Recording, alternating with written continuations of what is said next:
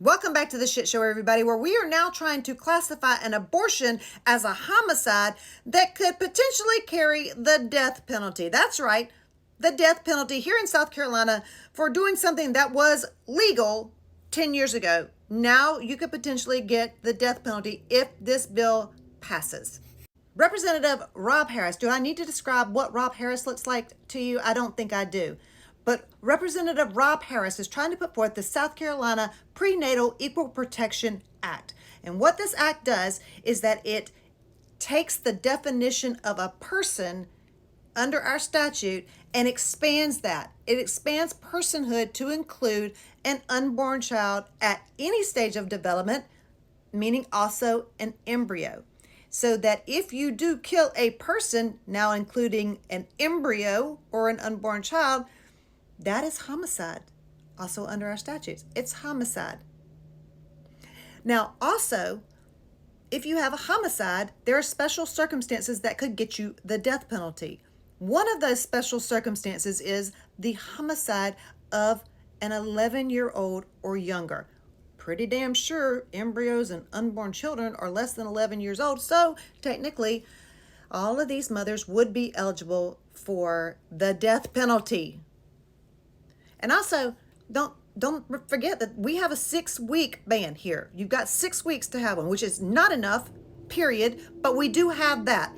This bill would overrule that because this bill redefines the definition of a person. But don't worry, they have put some protections in there for us poor women who might have problems having a pregnancy or problems with the miscarriage that could cost us our lives. Those exceptions are in there. You just have to prove it yourself. You have to prove it your own self. These exceptions are rarely granted. It also requires you to take reasonable steps to make that not happen. To protect yourself, to help the fetus. Reasonable steps while you're over there fucking dying, okay? Take your reasonable steps. But another reason not to worry, this statute was created in the image of God. How do I know that, you might ask? Because they put it in the fucking statute. It literally says, created in the image of God, in the text of the statute. Church and state separation, be gone. Damn you, be gone. Because we are going to put God right up in the statute. They are making no effort to hide this far-right religious agenda, Freedom Caucus motherfuckers. And if you weren't quite pissed off enough, let me tell you what Mr. Harris said when questioned about this statute being aimed at women. My bill does not single out women.